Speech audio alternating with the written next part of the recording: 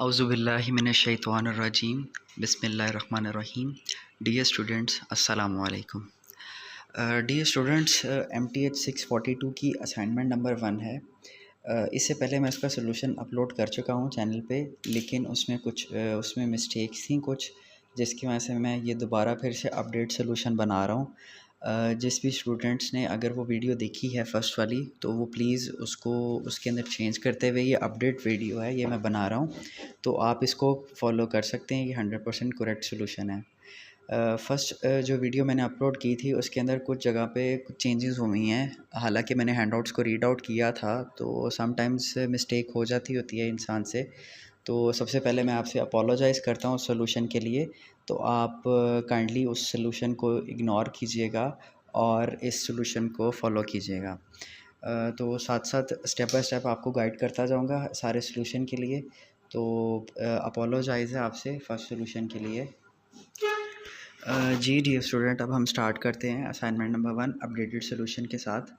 अब first question वही है students. A 6 kilogram plastic tank that has a volume of 0.2 metre cube is filled with liquid water, assuming the density of a water is 1000 kilogram per meter cube.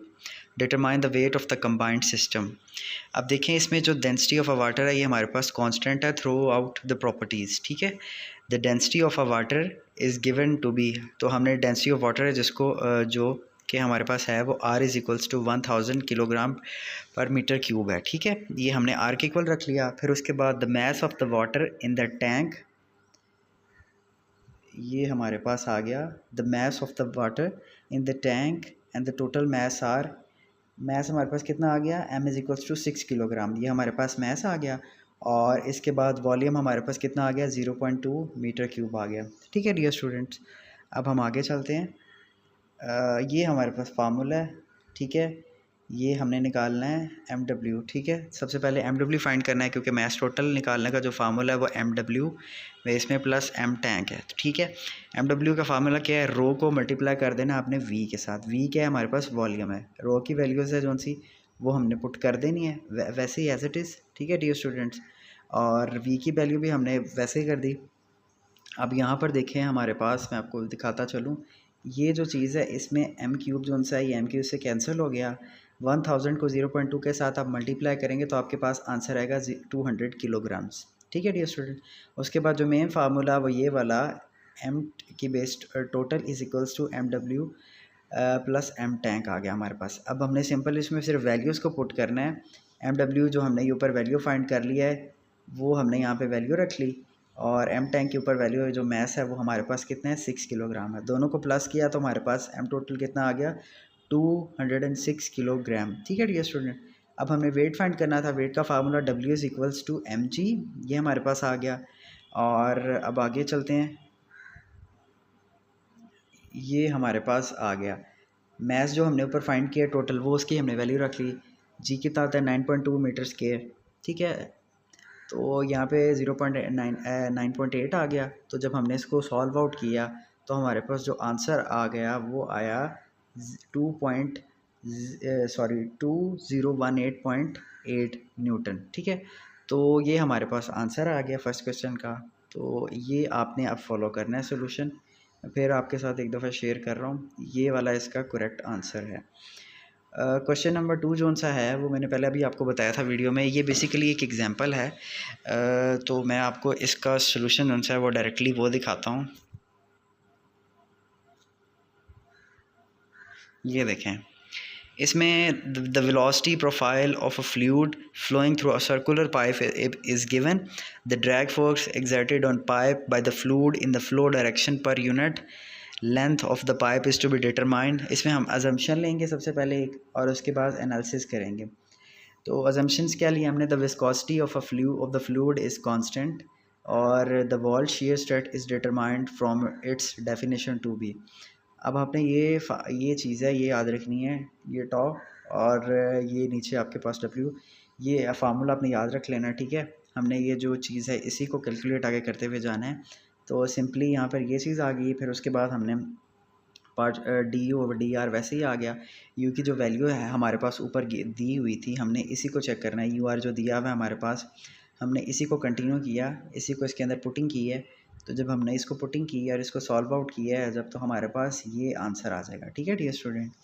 और फिर उसके बाद हमने ये चीज़ देखनी है कि d/dr इज़ नेगेटिव है इन पाइप फ्लो के अंदर क्वांटिटी जो चीज़ की, and the negative sign is added to be, ये जो चीज़ है इसके साथ नेगेटिव, इसमें नेगेटिव आ गया। ठीक है। और उसके बाद डियर स्टूडेंट्स बताया जा रहा है relations for pipes to make shear stress in the positive flow direction a positive quantity, then the friction drag force exerted by the fluid on the inner surface of the pipe becomes। अब जो main चीज़ है वो ये वाला जो formula है, हमने इसी को यूज़ करना है, ये चीज़। ठीक है डियर स्टूडेंट। अब इसमें हमने सिर्फ वैल्यूज़ की पुटिंग करनी है, वो हमने इसमें वैल्यूज़ पुट करनी है और उसके बाद फिर हमारे पास जो मेन चीज़ है वो आ जाएगी। आगे देखें, ये हमारे पास ये फार्मूला आ गया, इसमें हमने ये पुटिंग कर दी वैल्यूज़ की और जो हमारे पास फाइनल आंसर आया वो ये आ गया। देयरफॉर द ड्रैग फोर्स पर unit length of the pipe is ये दिस। तो ये हमारा आंसर था क्वेश्चन नंबर 2 का। आपने इसको भी अच्छी तरह से देख लेना है, ये इसका सोल्यूशन है। ठीक है डियर स्टूडेंट। और इसके बाद हम आगे चलते हैं क्वेश्चन नंबर 3। अच्छा, क्वेश्चन नंबर 3 के बारे में मैं आपको एक चीज़ बताता चलूँ। डियर स्टूडेंट्स, ये जो हमारे पास क्वेश्चन है ना, क्वेश्चन नंबर 3, इसमें कहा गया हुआ है a pump is use to transport water to a higher reservoirs if the water temperature is 7.38 kPa। अब यहाँ पे ये चीज़ नोट कीजिएगा कि ये जो चीज़ है, फर्स्ट वीडियो में यही मिस्टेक भी हुई थी।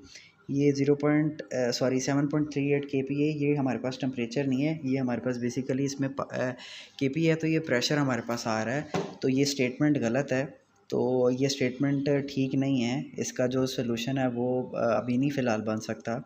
आप लोग सर को मेल कीजिएगा या कल तक वेट कीजिएगा। सर को मेल की हुई है, तो जैसे ही उनका रिस्पांस आएगा, अगर तो क्वेश्चन चेंज होगा तो फिर मैं उसका आपको सलूशन शेयर कर दूंगा क्वेश्चन नंबर 3 का सेपरेट वीडियो बना के। तो हम क्वेश्चन नंबर 4 की तरफ चलते हैं। क्वेश्चन नंबर 4 में हमारे पास 2 पार्ट्स हैं। फर्स्ट पार्ट क्या है, what is the difference between gauge pressure and absolute pressure. पहला ये है, हम पहले इसको देखते हैं। जो गेज प्रेशर है वो क्या होता है। Gauge pressure is a pressure measured relative to atmospheric pressure. It indicates the pressure above or below atmospheric pressure। अब इसको एग्जांपल के साथ देखते हैं।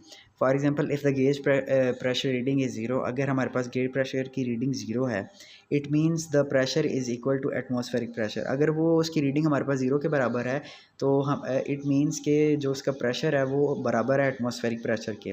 Gauge pressure can be positive और नेगेटिव। गेज प्रेशर है जो हमारे पास वो पॉजिटिव भी हो सकता है और नेगेटिव भी हो सकता है, depending on whether it is above और बिलो एटमॉस्फेरिक प्रेशर। डिपेंड करता है वो एटमॉस्फेरिक प्रेशर से अबव है और बिलो है। It is commonly used in everyday applications.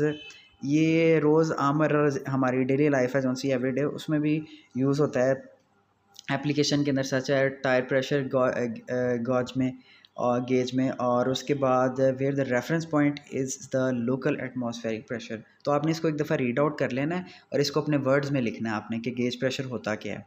और उसके बाद हमने बताना है एब्सोल्यूट प्रेशर क्या है। Absolute pressure is the total pressure exerted by a fluid including atmospheric pressure. It is always positive, ये हमेशा पॉजिटिव होता है। ठीक है, as it includes atmospheric pressure. Absolute pressure is measured relative to a perfect vacuum where the pressure is zero. Absolute pressure is commonly used in scientific and engineering applications where a precise measurement of pressure is required। इसको भी आप read out कर लीजिएगा, इसको भी read out कर लीजिएगा, फिर इसको अपने आप इसको अपने वर्ड्स में आपने लिखना है। और उसके बाद आगे चलते हैं पार्ट नंबर 2 की तरफ। पार्ट नंबर 2 बिल्कुल ईजी है।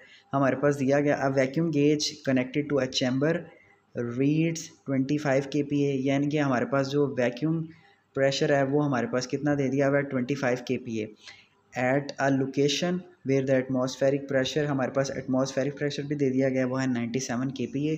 Determine the absolute pressure in the chamber. तो ये फाइंड आउट करना है हमने। अब आगे चलते हैं, यहाँ पे देखें वैक्यूम प्रेशर भी गिवन है, एटमॉस्फेरिक प्रेशर भी गिवन है।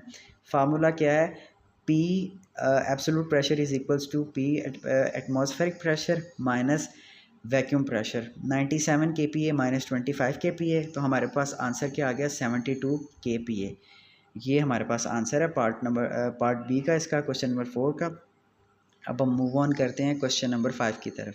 Determine the pressure exerted on a diver at 15 meter below the surface of the area. Assume a barometric pressure of 101 kPa and a specific gravity of 1.03 for sea water. छोटा सा ये भी numerical है।